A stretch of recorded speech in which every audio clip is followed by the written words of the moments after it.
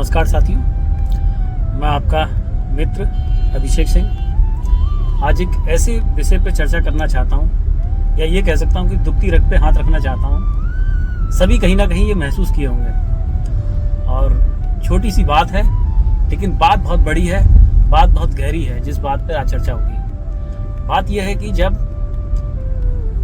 हम बच्चे होते हैं और हमारे पेरेंट्स होते हैं, तो एक एज के बाद हमारे और उनके बीच में वैचारिक मतभेद आने लगता है। और ये वैचारिक मतभेद तब आता है जब हम समझदार होना शुरू हो जाते हैं, उससे पहले नहीं आता है। ऐसा क्यों होता है ये आप लोग सोचिएगा, लेकिन मेरा मानना ऐसा इसमें है कि ये वैचारिक मतभेद अपना अपना दर्शन है, चीजों के प्रति अपना अपना नजरिया है। क्योंकि वो हमसे बड़े हैं, हमसे पहले पैदा हुए हैं, हमसे पहले धरती पर आए हैं। उस समय की क्या व्यवस्था रही होंगी सामाजिक, उस समय क्या सामाजिक ताने बाने रहे होंगे, उनको स्वतंत्रता मिली है नहीं मिली है, वो कहीं जाते थे नहीं जाते थे, कैसे पढ़ाई की, ऐसे बहुत सारे विषय हैं। हो सकता है कि उनको वो आज़ादी ना मिली हो जो वो करना चाहते हो, लेकिन क्या ये सही है कि वो जो करना चाहते थे वो नहीं कर सके, ऐसा ही व्यवहार वो अपने बच्चों के साथ करें?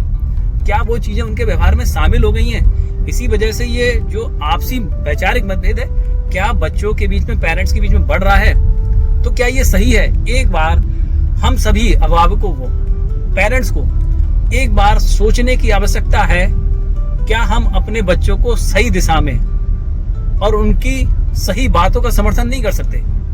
क्या हमें हर बात में उनकी निगेटिविटी ही देखनी है, उनकी अच्छाई देखनी ही नहीं है? हर चीज में उनको ऐसा महसूस करा देना है कि आप बिल्कुल अनुभवी नहीं हैं, आप चीजें अच्छे से नहीं कर सकते? क्या ये हमारा नजरिया है? पेरेंट्स का नजरिया 90% ऐसा ही है। वो ये समझते हैं कि हम बड़े हैं तो हमारा अनुभव ज्यादा है और हम चीजों को बेहतर कर पाते हैं, लेकिन ऐसा बिल्कुल नहीं है। आजकल के माहौल में तो ऐसा बिल्कुल नहीं है। मुझे ये लगता है कि उस समय दुनिया छोटी थी, लोगों के अनुभव कम थे। अब ग्लोबलाइजेशन हो चुका है, पूरा लोग एक से दूसरे से कनेक्ट, इधर से उधर सब लोग एक जाल बन चुका है कनेक्टिविटी का। और उस कनेक्टिविटी में हम कहीं ना कहीं, हमारे पेरेंट्स कहीं ना कहीं पिछड़े थे।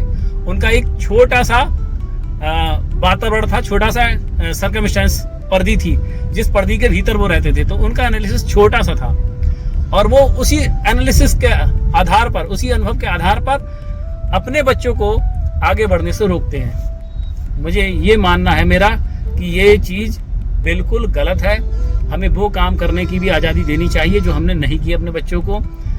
अन्यथा की स्थिति में जो वैचारिक मतभेद हैं वो बढ़ जाते हैं और बच्चों के अंदर कुंठा आती है।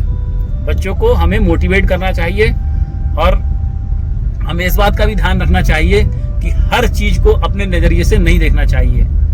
हमें कभी कभी बच्चों का भी नजरिया देखना चाहिए।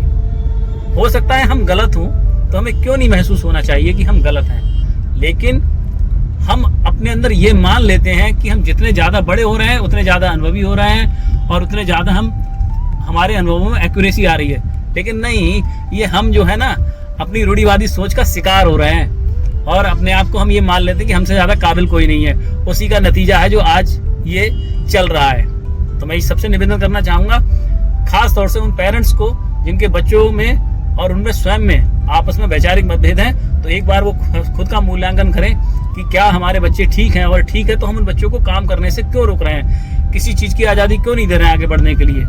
क्या बंधन जीवन का मुख्य हिस्सा है?